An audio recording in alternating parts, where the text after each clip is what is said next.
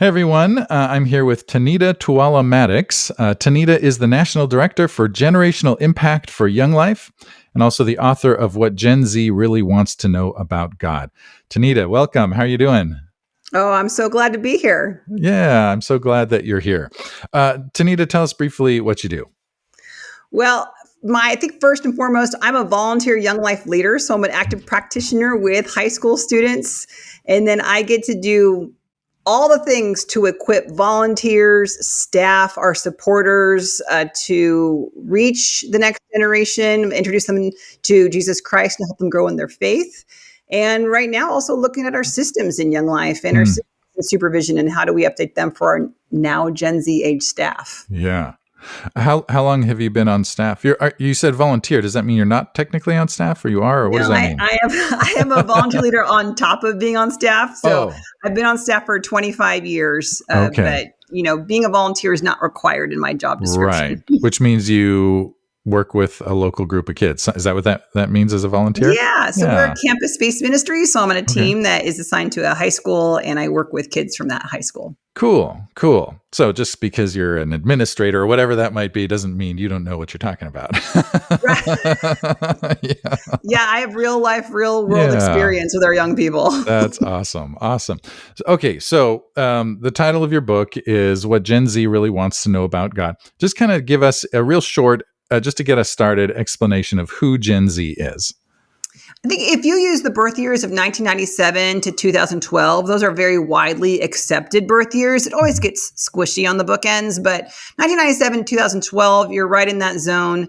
This is a generation that's been marked by smartphones, and so they're often called digital natives. They have a high value for safety, and we have seen that with this generation came a severe rise in mental health challenges. Yeah.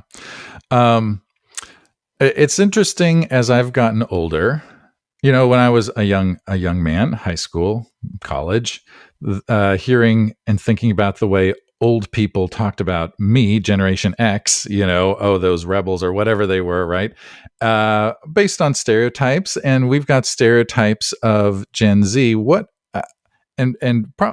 We've probably heard most of them, but just kind of maybe unpack some of the stereotypes that we tend to have about Gen Z. Anytime you get a chance to ask a Gen Zer, what do you hear about yourself from older adults or the media? They typically will respond with a lot of the same answers of weak, fragile, over-emotional, self-centered, and a lot of rather unflattering words. I've yet to actually hear Gen Zer say something they hear positive coming from the older generations. And often, when I think about, there's three things that happen in Gen Z's development that is foreign to most older generations. And that's they had social media during their development. They have school shootings and lockdown drills during their development, and that is impacting mental health of young people. And then, there was a pandemic that shut down everything in the middle of their development. They have just made things look so easy on the outside that people we often look and say, oh, this is such a lazy, entitled, fragile generation. But when I start to look at the things they've faced, I'm like, I don't know how they're still standing. Yeah, for real. So those stereotypes, the things that they hear from older generations, how do you think that impacts them? Well, those words don't necessarily instigate change. What they really are hearing from our older generations is that we don't like Gen Z and that we want them to be different than they are. Now, I have to point out, it's not a new thing for older generations to complain about younger people. That's been around for a very, very, very long time. It's just it got so loud with Gen Z because it wasn't just a handful of adults in their community or a couple publications, but it's actually found them on multiple platforms into their hands when they're not looking for that information. Yeah. Okay. So there are challenges. You mentioned some of them. There are experiences that have shaped them. Can you talk a little bit more about some of the things that you mentioned that have shaped them? Digital, social media, pandemic, and anything else. And Yeah, these unique challenges. What are these challenges, and how? Tell us more about how that affects them, who they are. The interesting part about Gen Z is because they grew up with interactive, smart technology in their hands from a very young age. For them, there is a blending of the real physical world around them and the digital space. Like they Mm, blend together and they kind of almost form this like third culture where most of us who are older might say this is a digital space and this is real, quote unquote, real world. And those are mhm, separate things. Their real world is a combination of their physical world and the digital space. mm, So when you see some of these ideas that are being communicated or shared in digital spaces and messages they're getting mhm, is bleeding into real world relationships and experiences. mm, So I'll give you an example.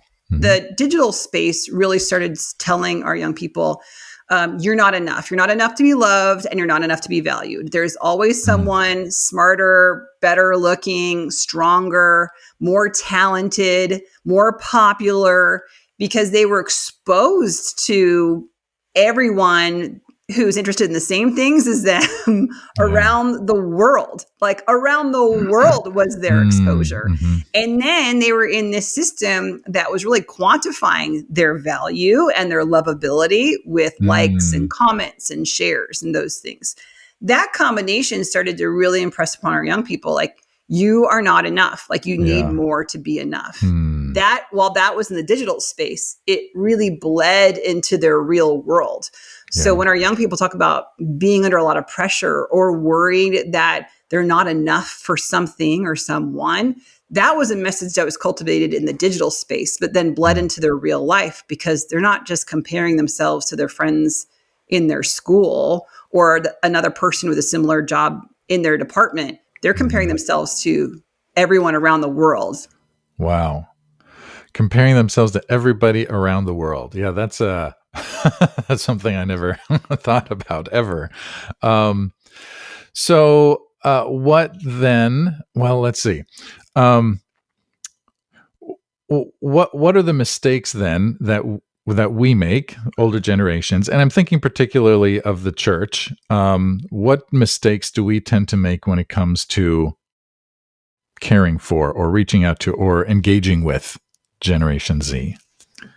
I think we have a communication issue just generally between Mm, generations. We may be thinking we're talking about the same thing because we're using maybe the exact same words, hmm. but we don't realize that those words have different meanings for different generations. And Yeah. so words like acceptance or safe or valued or loved or truth, like those get messed up in our Yeah. conversations because we're not talking about the same thing. And so we end up with big miscommunications Yeah. in one conversation. I'm sure Yeah. there's a lot of people listening to this who have probably felt that. Yeah. Who have felt the miscommunication? Yeah, if they feel like I'm talking to you, but I feel like we're not like catching each other. We're missing each other in the Yeah. middle of it, even though we're talking about the same word. So what words? What are some of those words? One of the words is safe because this Hmm. generation has grown up with a high value of safety. And that Hmm. has become a very, very broad term. So it's Hmm. not just physical safety, right? It's emotional, it's psychological. It sometimes can be safety from being uncomfortable, safety from risk, safety from failure, safety from being disagreed with, Hmm. safety from being embarrassed. So all these things is really, really wide, but then there's very personal definitions of Hmm. safety of what Yeah. makes one person feel safe, what another person defines as safe. And Yeah. so, whenever I'm talking with people who work with the next generation, I say, hey, don't just say this is a safe space or I'm a safe person because you Yeah. are working with a very specific definition in your head. And if you've not clarified what that definition is with the people you're talking to, and they're assuming that you're working with their definition and you Yeah. break their definition, then Yeah. you have proved yourself unsafe and untrustworthy. So we have to unpack some of Uh, these words, right? Because some yeah. people are like, call on me. I feel safe. I feel like you've given me a platform to speak. I can share. And Hmm. some people are like, never call on me because I feel like the pressure to perform in front of everyone that you created. So it becomes real messy real fast. Yeah. Okay. Wait. So So what are the different ways of thinking about safe? Like, I guess I only know the way I think about safe, but there must be other ways of thinking about safe. Like, what are the other ways? What does that mean? It'd be interesting is just take a few people when if you're in a Bible study or a classroom or just a conversation with a Mm, group of Gen Zers and say, hey, write down 3 things that would make you feel safe in this conversation. mm, It'd be interesting. You probably end up with a long list of things because everyone will have something different, about hmm what the physical space is like, Yeah. where how much eye contact you're making, what are the topics you're talking about, how much time someone's allowed to speak. I mean, it could be Yeah. so many things. And that's why Huh. it's a wily thing to get our brain around. And mostly, as I get to work with our Gen Zers, they're starting to figure out that the idea of safety that they've been surrounded culturally with, that their hmm generational culture has defined as safe. hmm So maybe always being happy, never having any failure, always being comfortable. That actually is a myth, and it's actually also not how God defines safety. Because Yeah. you open the Bible, it gets pretty crazy pretty Yeah. fast. Yeah. Yeah. Yeah.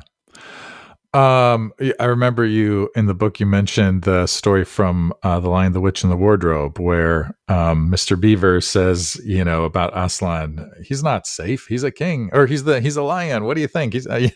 So maybe unpack that a little bit. How would a Gen Zer think about the unsafety of God? Would they push back on that? Would they say, "Oh, then I don't feel comfortable," or how? I don't know. Say more about that.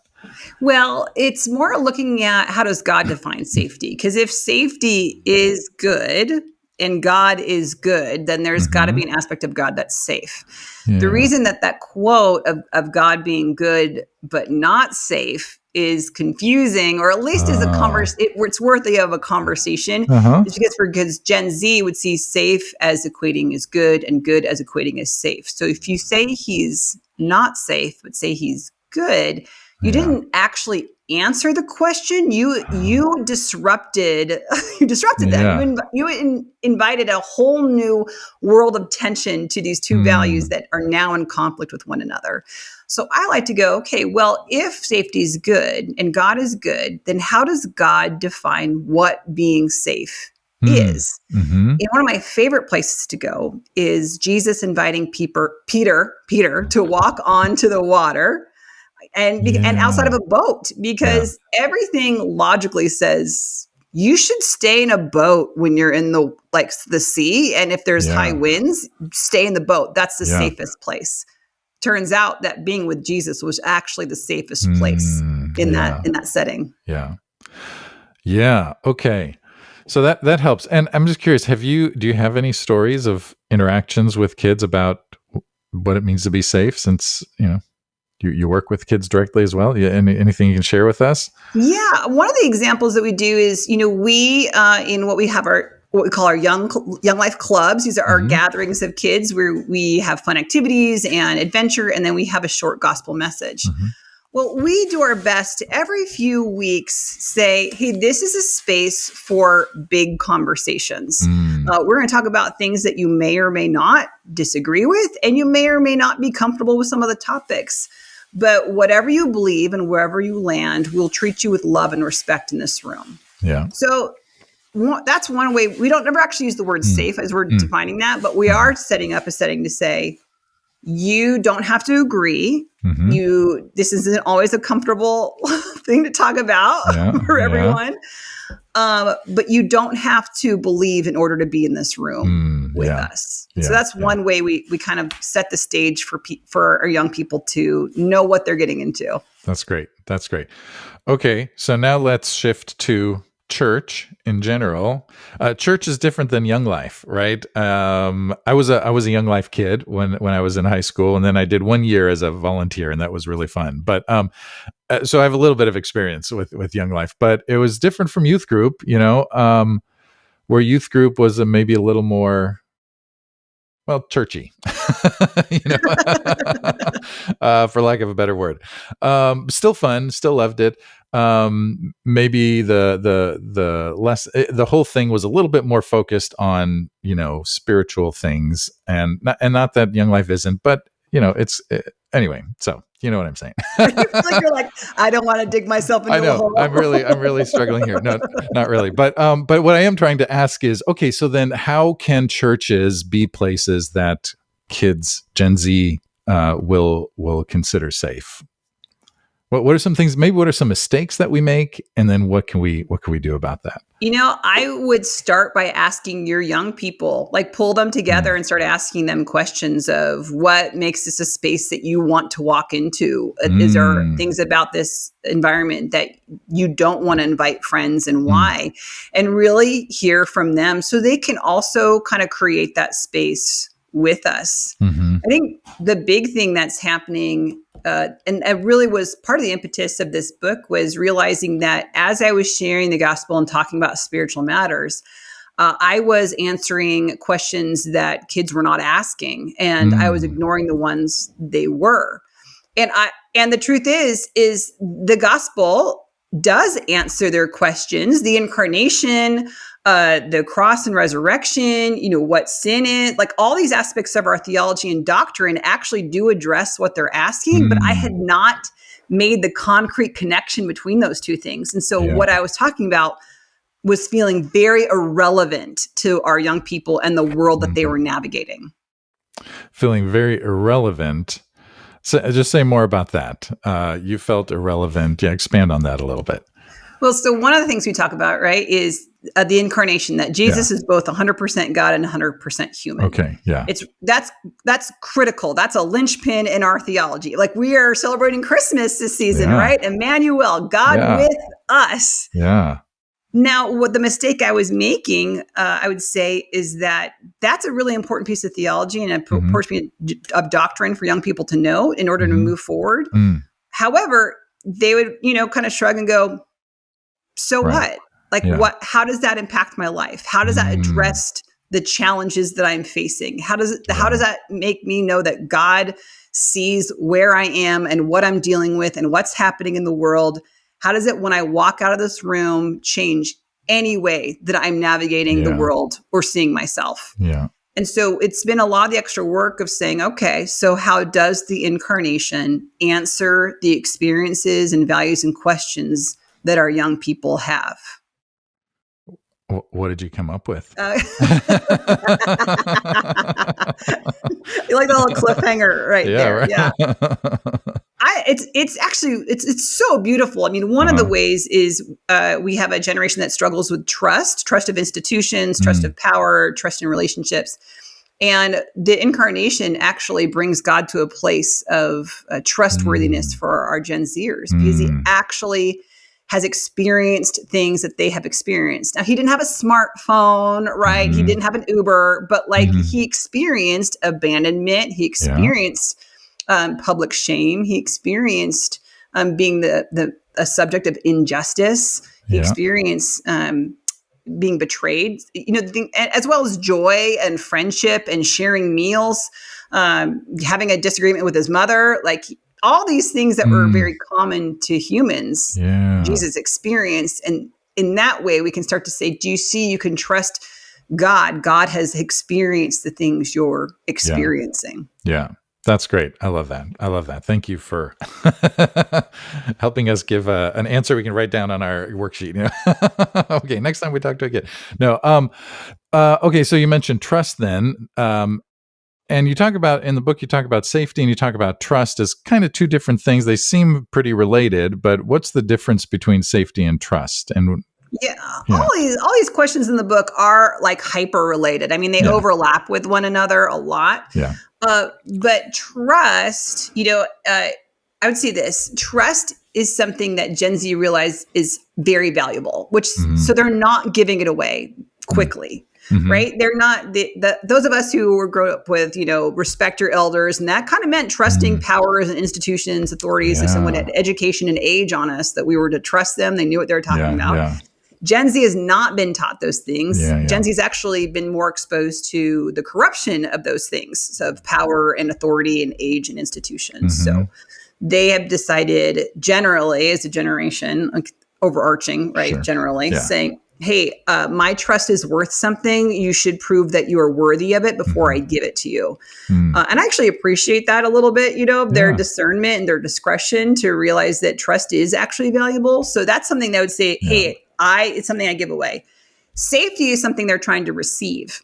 So safety, because it's been a value that they grew up being taught, they didn't come up with it out of nowhere. It was really, they were raised to value safety, has become more and more likened to a human right, that I have the right to be safe. And any removal of that safety or an infringement on that is actually a violation of a human right. So Gen Z would see those as very different categories, even though they do overlap as far as like a trustworthy person would be a safe person. Okay. So, well, what you just said about safety makes me want to ask more questions about safety, because to think of safety as a human right is a new thing in a way, I think, for this generation. And my experience would say there is no guarantee of safety, emotionally or physically. And I think in a first world country like the U.S., you have a lot more access to safety than in physically and in other ways than in many other parts of the world. So anyway, what do you think about that? Is that a life lesson to be learned, that safety is not guaranteed, or is that something that we should reflect on some more, and maybe there is a guarantee of safety that should be offered? I don't know. I'm trying to figure that out. What do you think? Well, because it's a hard one to figure out as a Gen Xer, because it's not a value that, I grew up with or valued. And I actually had a Gen Zer raise their hand once in this course I was teaching and asked me, has your generation never felt safe? Like, you say that this is our generation's value. So does that mean you've never felt truly safe? And I had to stop and pause for a while, because I was like, I have never looked for it the way that y'all have looked for it. So when I was raised, we were taught the world was not safe. So just don't be stupid. Is really what it was, right? Like, keep your head on a swivel. Like, we had a lot of stranger danger talk and, how to navigate a dark parking lot, where to be at certain parts of the town, like when and where to walk, and all these things, right? I'm a runner. I have a litany of things I go through my brain while I'm running that I was taught to do in order to remain physically safe, because it's not a safe world out there. So I think it's difficult for me personally to understand from my own generational context, because it's not something I ever look for in my own personal world, to have a place where I go, I can exhale and I feel fully safe. It's just not something that I've longed for. But I understand the value of it. It's not saying I don't want to be safe. It's just in a different way that Gen Z is understanding it. I think that a little more work, we probably could find some more common language with what we're talking about. Maybe we're talking about peace or a sense of rest. That could be a piece of it. But I think it goes just back to, how does God define what is safe? And really, I think we can look at the promises in Scripture on that one too. And know that he's a truth teller, he's a promise keeper, that he is a victor. And in all these things, there is safety, but it's a different definition that maybe we're working underneath sometimes. God's definition is different than what we Gen Xers, or we humans, or we Gen Zers. About all of the above.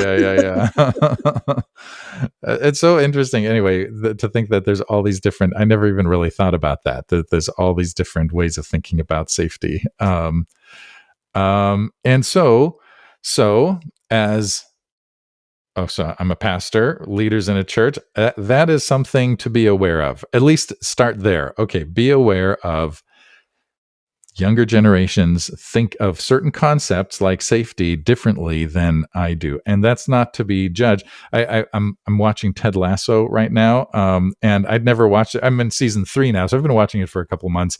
But there's this scene where he's throwing darts, and the mean ex-husband of his boss is they've got a bet going. Anyway, the Great comment, scene. he wins, the dart throwing contest, and he's like, hey, I've learned that you need to be curious, not judgmental. And I think so. What I'm hearing from you, that's what I'm thinking about. The church, leadership in the church, pastors, elders, older members, right? It's easy to get judgmental of people who think differently than us. And that doesn't necessarily just mean younger generations, but it certainly includes younger generations. They think these are people who think differently than we do. And so rather than getting judgmental, I think it's incumbent on us to get curious. Like you said several times already, get some kids together, or younger people together, and ask them these questions, and learn from them.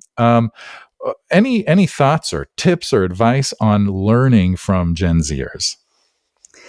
Well, I mean, this is in all of us as far as this compassion for cultures that are not our own. And, if you were leading a trip from your church to another part of the world, or you were even just going to go to a church that had a different cultural setting than yours, y'all would spend some time learning, listening, humbly approaching, because you are aware you are entering into a different cultural setting. Yeah. I think the mistake we make is we do not think our generations are different cultural settings, but they actually are. And so to remember that Gen Z and a Gen Xer or whatever generations you want to put in a room is actually a cross-cultural interaction helps us pause and slow down and think about communication and body language and facial expression and all the things that we would pay attention to in any other cross-cultural setting. And then that's a nice little category for our brain. So we can go, that's where I need to go. Yeah. That's helpful. Thinking of it as a cross-cultural experience. Because it is cross-cultural. Right? They have a different culture than we do, and the truth is, every generation has a different culture than the other generations. One of the distinctives that, and I don't know, that's just Gen Z. Some people call it woke, but you talk a little bit about the phrase "my truth," and you talk a little bit about truth, and it probably connects again with safety. And I think a lot of people kind of wrinkle their noses at that. My truth, come on. Truth is not relative. Truth is, it is what it is. Help us understand what that means, because I think that's something, especially as the church, when we say, here's the truth, how can someone have my truth or their own truth? Help us understand what that means. Well, Gen Z was just raised in a cultural moment where they heard truth as an individualized matter, as well as morality. Morality is individualized, truth is individualized. So they grew up hearing those terms of, speak your truth, this is my truth. Well, that might be true for you, but it's not true for me. And so any kind of universalized ideas of truth were being broken down actively as they were growing up. Yeah. Now, combine that with their experience of and this is, again, impacted by their digital world. Their digital world bleeds into their real world. So messages on social media, messages on different streaming services or different shows that have come out, they have seen the weaponization of truth. That when you say this is true, that there is a decent percentage of our Gen Zers who will hear you say, this is a weapon. And so if their cultural context is that we want to be accepting, we want to bring in people who've typically been rejected or marginalized, we want to make a safe place, and you are using this word that is aligned with harm and being a weapon and excluding people, then they end up with a very complicated relationship with truth. And I think that's the biggest piece to take away. Truth is they have a complicated relationship with truth. They need it in order to understand what justice is, to understand what goodness is. But culturally, it's been removed. Those things have been removed from them. So they're trying to navigate the world without a compass or anchor that has been handed to them. And that's incredibly stressful and a lot of pressure for our Gen Zers. So is it helpful to them to think of truth as something that is less fluid if they come to that kind of a conclusion. And I'm not anyway. So I'm asking questions here. I'm not saying that's what we should do, but is it helpful? How do we talk about truth with Gen Z in a way that is meaningful to them, and in a way that doesn't cause them to, say, "Oh, that's not